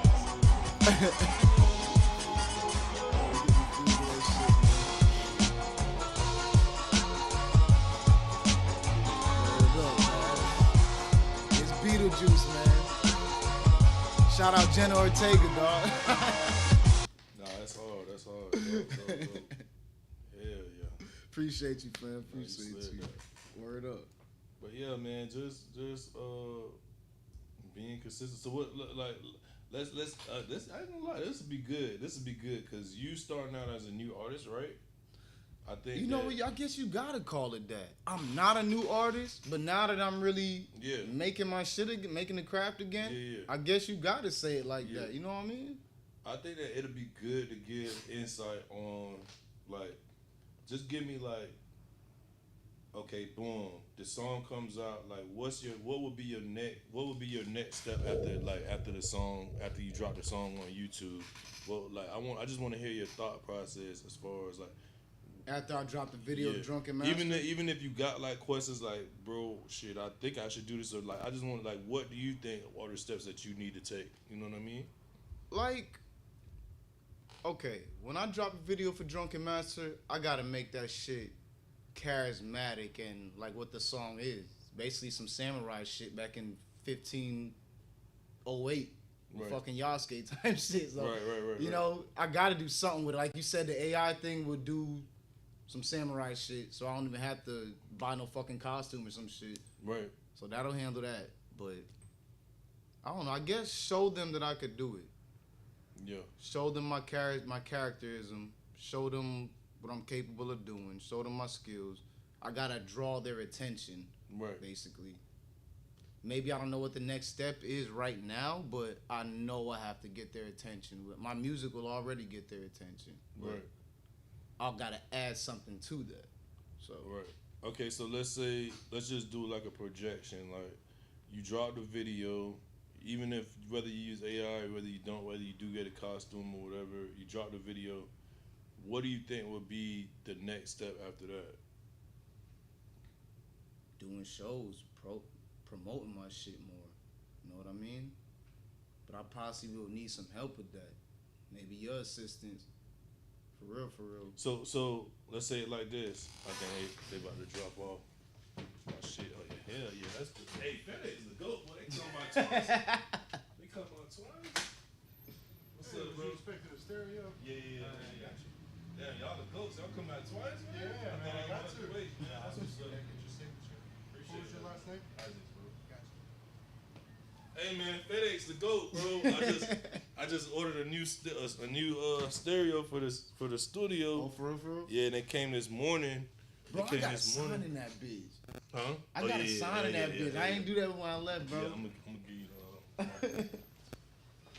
appreciate that, bro. Yes, sir. Y'all take care. Bro. All right, take care, man. Have a good one, guys. You too, bro. Yeah, man, I got the new HS8, man. Cause mine right there, that bitch sound like it blew, so I just went and bought a new one, man. Okay. You feel me? We're gonna replace that speaker over there. But yeah, they came this morning, and I'm like, damn, I missed their ass. But they done double back, boy. They the goats. FedEx. Wait, the they goat. can't. Oh, you didn't tell them to leave it at the door. Oh hell no, they ain't. They can leave. I don't think they would have. Honestly, I don't think they would have. That So bitch hard though. yeah. So I'm gonna replace it. I think that's an 8 HS8. Hopefully I got the right size. I think that's an 8 though. But yeah. So what do you think? Like, what do you? How many views do you think? Like, do you just a guesstimate? What do you think? How many views that the first music video would do? How many views what be? The first music video. Like, how many views do I think the Drunken Master's gonna get? Yeah, the music video. I can't tell, but I know it'll possibly be more than a 9-second verse video I'll put up. Because I'm actually showing them more. Like, with the 9-second verse, I'm just in my room. You know what I'm saying? Right. And it's 9 seconds, but to see how that many people fucked with just that a 9-second verse in my room, that's like, you know I can do better than that. So let's see the shit I would get back when I know I can do better. Right. So. Okay. All right. So you say you put out a video, and then give me a number. What you think, man? What you think? Give me a number. Like, I don't even want to put a number on it. I know it's gonna be more than this video. For sure. I think it'll definitely be more than that. I really can't say a number though, but I definitely want to do. For first starters, thousands, and then let's get up there. Thousands. I'm already at hundreds. So let's say you did 5,000 to 10,000, right? I would love that. You would love that. I mean, I want to get more, but Yeah. just the fact that I see that many people listen to me, Yeah. like, that'd be like, wow, Right. they really fuck. And I got comments on there too. Yeah. On the 9-second verse. Yeah. They really was, and I got like 5 likes. Yeah. You know, I understand not everybody gonna engage in it. Like, No, oh, yeah, A you- lot of you- people just gonna watch without you know what I'm engaging. saying? Yeah, for like, sure. but the fact that I actually got that, I was like, Yeah. okay, Right. let me go. Let me show y'all. So 5,000 to 10,000 views on the first video, right? Right. Now, I'm just be honest. Typically, artists don't really start doing shows at that lower view. So the phone's not gonna be ringing. You know what I mean? So from that standpoint, boom. And I'm just want to walk through like kind of like your like the reason I'm doing this, I kind of want to walk through because I know a lot of people that's watching, they're also in the same boat as far as they're about to drop their first video. So I just want them to match up with your mind frame. This might even help your music because they relate to you type shit. Gotcha. So okay, so boom, you drop the video. It does. Let's just say it does 10,000. You're ecstatic, and that's good. That is really good. 10,000 views your first video. That's really good. That's a very very high margin to make. Right. But the truth is that the phone's not gonna start ringing at 10,000 views, right? So even though you did really good, even though you gaining some traction, even though you having a fan base at 10,000, okay, boom, let's fast forward. You got 10,000. Let's put ourselves in that mind state. What would be your next step after that? Well, I know it's not gonna be no big time shit. You know what I'm saying? Like, hey, let me get him in here. Let me get him in here. Yeah, Basically, what I'm saying by shows is, you know how Palm Bay, Brevard always be with the music and the Right. performances and all that shit. right, Can try to get in that with myself. right, Like putting my name in, hey, can I perform here? Whatever they got. right. Start getting my name out like that. Just, promoting myself. So when you start doing these shows, are you doing it for exposure, basically? You know what I'm saying? So more people can hear me. Like, they get the ear out, word of mouth. Okay. So they can see me. Yeah, basically just and the fact to performing. I always love being on stage. It Yeah. won't be my first time. Right. Definitely not my first time. I Facts, performed in facts. college before, performed in school before. This is Facts. going on years, but it basically ain't my first time. Right. So I'm not Okay, like- so now let's go down this way, right? I've been doing this a long time, right? I've seen literally probably every artist that came through here take that route. Okay, boom. Let me get on some shows in Palm Bay. Literally 99% of the artists, right? Mm. And then nothing comes from that. So what would be different from you doing the shows and something coming from that? Did they stop? Like, did they stop their craft? Like, say they did a show. Mm-hmm. Did they keep it pushing? Did they try to draw people's attention? So I would say at least I will give you at least 80% of them would do a show and then not really push on the other tiers, like not keep doing their music, not keep shooting high quality videos, not keep coming to the studio. Not, I would say at least 80% of them. But even the 20% that did keep doing that, what do you think would separate you from the 20% that did stay consistent in the studio, stay shooting music videos, stay dropping high quality content, stay, you know what I'm saying? They stay doing shows, they stay making consistent music. But for some reason it just didn't connect, and they didn't never get to the next level. What would you say that you would do that would be different from now? I mean, At did they that have step. did they have a team behind them? That's a good question. Some of them, yeah. Now we rounding it down. Now we went from 80% to 20%. Now we could say we're in the 5%ers. We could say about 5% of that 20% had a team behind them, but still didn't get to the next level. So but we're down to 5% though. We're down to 5%, so that's good. We did shave off. You feel me? Yeah. We're at the 5%. So with that being said, that opens up the door because, like you said, what if the whole 80%? What if the whole 100% had stayed consistent and had a team? You see what I'm saying? Now, instead of it being 5%, it might be a wider margin, and one of them maybe had popped off from that. So you said two really important things: stay consistent, stay dropping, stay in the studio, stay making good quality content, and have a team. For real. That brings It's you in. always That puts you in something- the 5%. It's always something that somebody doesn't know how to do, and you have your team to back you up. Yeah. And handle that for you. You know what I'm saying? So That puts you in the 5% for sure. But okay, but now that we're in the 5%, even the 5%, right? Literally 5%, because like I said, I work with. You see the names in there. I work with hundreds and hundreds of artists, right? Literally, like we could go right here, just the clientele. This is more than 100 names for sure. Word You up. see how long I'm strolling, right? yeah. Like let me show the chat that too real quick. Are they still good? Are they still going? That's what I'm saying. We're down to the 5%. We're talking about the 5%. Y'all look at the names of all the clients that I recorded over the years. Right? These are all my clients. These are all people that came to the studio over the years. I'm still going. I'm still going. I'm still going. I'm still going. Right? So that's all the clients that came to my studio over the years, right? All of them, right? So now out of all these clients, like you said, that's why I know that we're down to the 5%, because I've seen all of them do different stuff, and I've seen the ones that was consistent, did do shows, stayed consistent after that, and had a team. So you're doing good. We got down to the 5%, but then even still in this 5%, that's coming to my head, the 5% that did that, still stuck. So what you get to that point, you got a team, you was consistent, you're doing shows. What I'm saying is now what we gonna. I'm trying to break the code. I'm trying to break the code right now. Like, you want to see if I'm gonna end up like them type shit. No, I'm trying to. What I'm doing right now, I'm reverse engineering.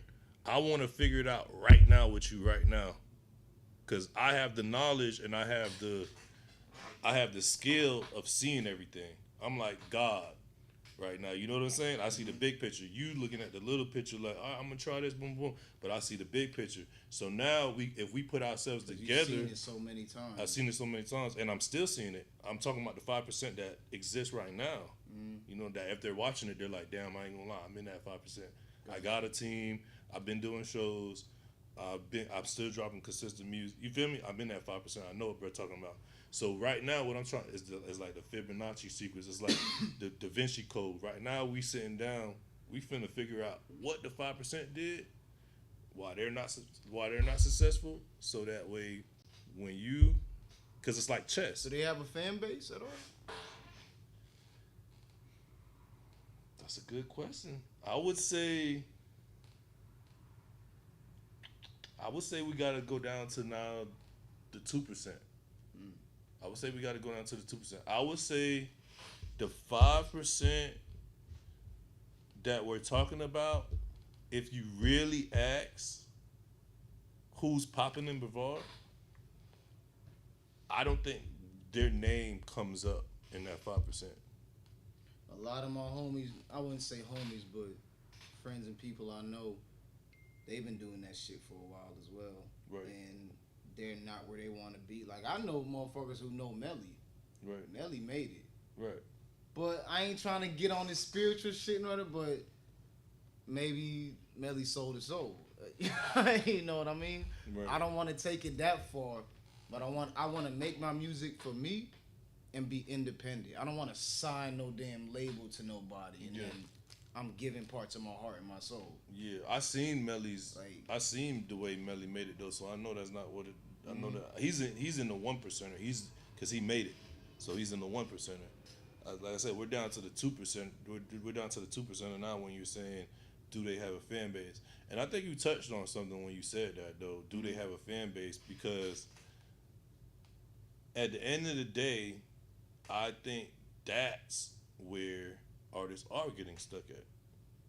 You know what I mean? Yeah. Like if you're doing everything consistent, if you building, you growing, and you doing shows, and you got a team, and you still working, you still pushing. It ain't really What that much at what? support in Brevard It's like either. no, there is hella support in Brevard. Really? Yeah, there's hella support in Brevard. There's hella support in Florida. We know that because Cochise took off. Remember, Cochise is from Brevard. I don't know Coach Cheese. Yeah, Cochise is from Brevard. Okay. Right. Melly is right down the road. You see what I'm saying? Right down the road. Even where But I'm even saying he made it. Melly made it before Dietrich Wooten. Like I fought with bro. I don't know if you know Dietrich Wooten. I don't know what Gainesville. I think they stay. What's the Yeah. place? Somewhere around there. But they was close. You know what I'm saying? It's just like damn, Melly made it before all them. Like shit. right. What type of shit is that? But yeah, but I fought with Co- Melly though. Don't get me wrong. But I'm just saying like how. I guess it depends how you work, what you do.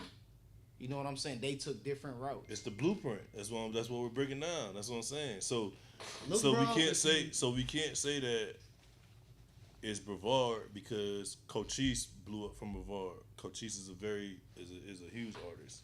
You know what I'm saying? He a huge artist. So he blew up from Brevard, literally from Brevard.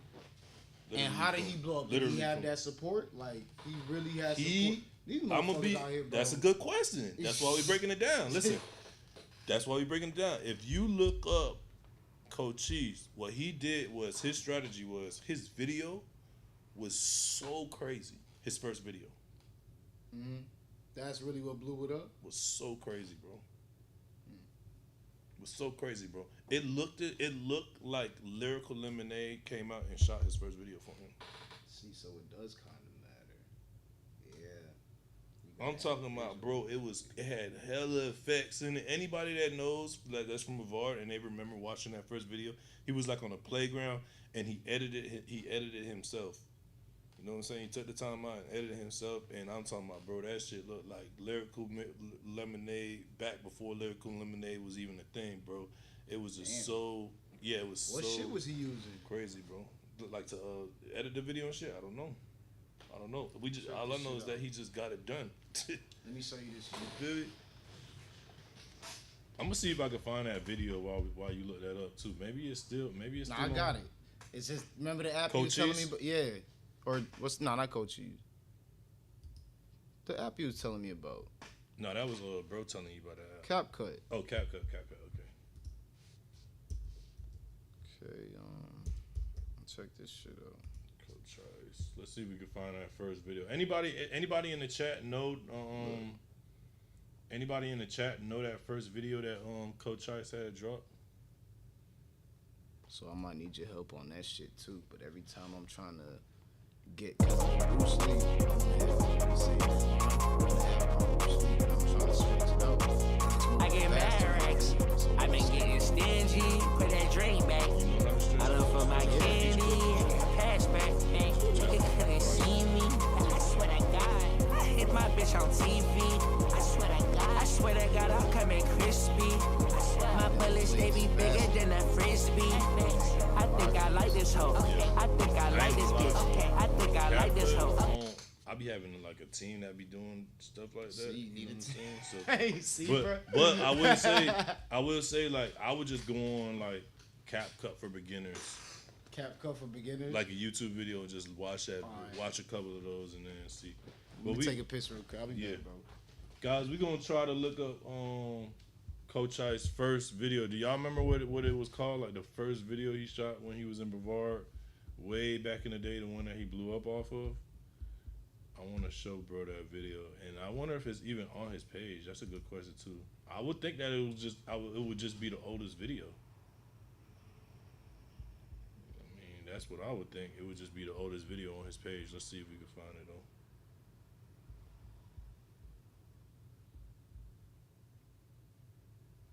I think this is it. No, it was this one.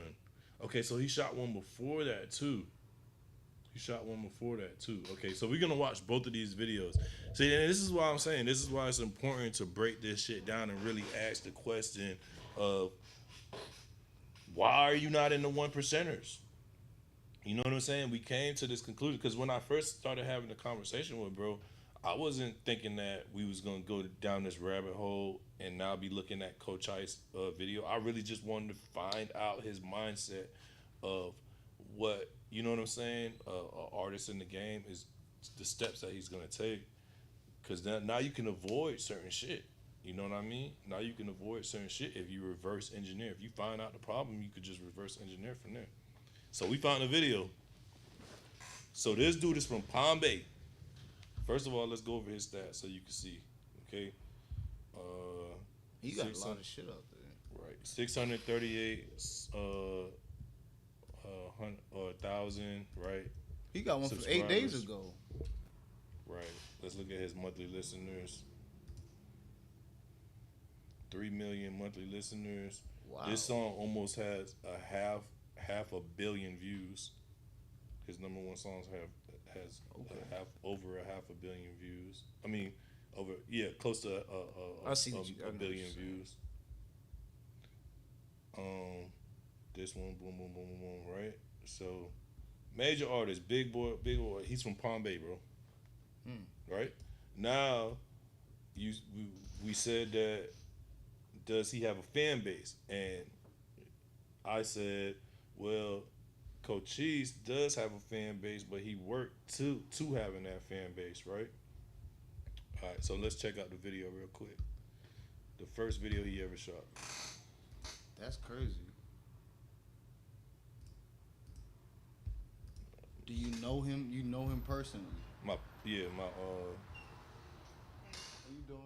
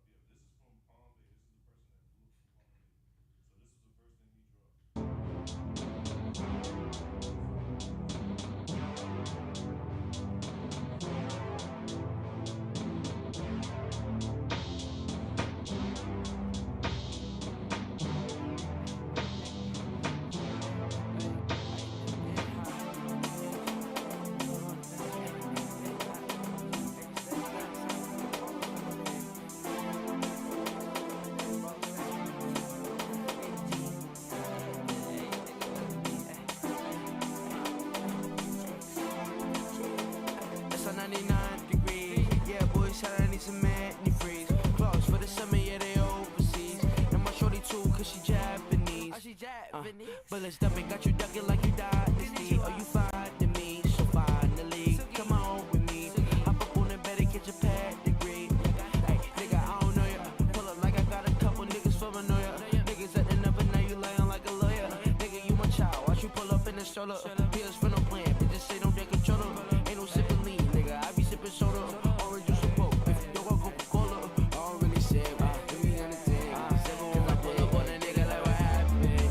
You can never catch a nigga lacking. Summertime on my nigga trapping. You not getting money, boy, you capping.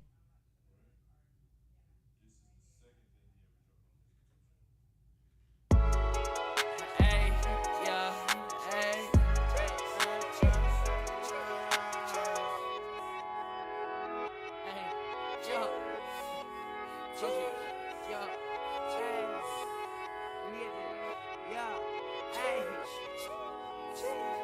Hey, fresh I wake up in the morning, say Ohio.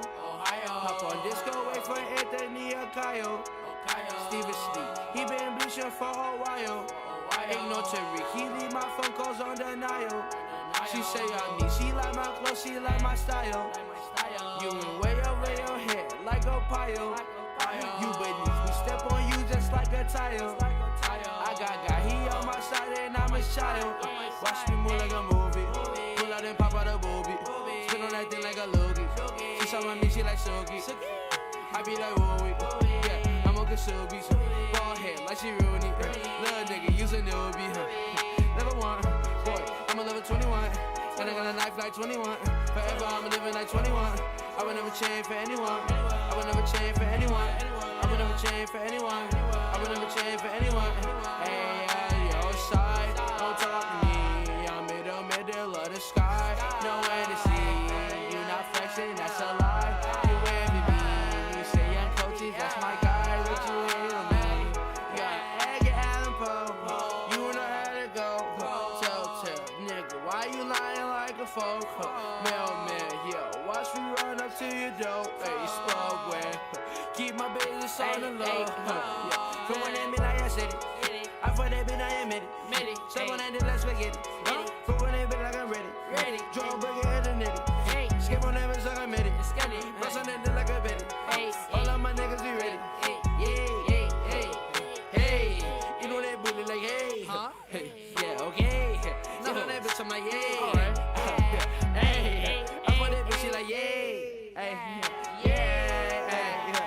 I wake up in the morning, say Ohio. Pop on disco, wait for Anthony or Kyle. Steve is sleep, he been bleaching for a while. Ignore Tariq, he leave my phone calls on denial. She say I'm me, she like my clothes, she like my style. You went way over your head like a pile. You beneath me, step on you just like a tile. I got he on my side and I'm his child. Watch me move like a movie, pull out and pop out a booby. Spin on that thing like a loogie. She saw my she like Sugi. I be like Wooey, yeah, I'm a Kasubi. Ball head like she Rooney. Little nigga, use a newbie. Never want, boy, I'm a level 21. And I got a knife like 21. Forever I'm living like 21. I would never change for anyone. I would never change for anyone. I would never change for anyone. I would never change for anyone. Hey, your side. Yeah, what you finna do? Nigga, nothing really. Hey, what you finna do? Nigga, nothing really. Hey, nigga silly. Hey, pockets full with 50s. Hey, getting nibby. Harder than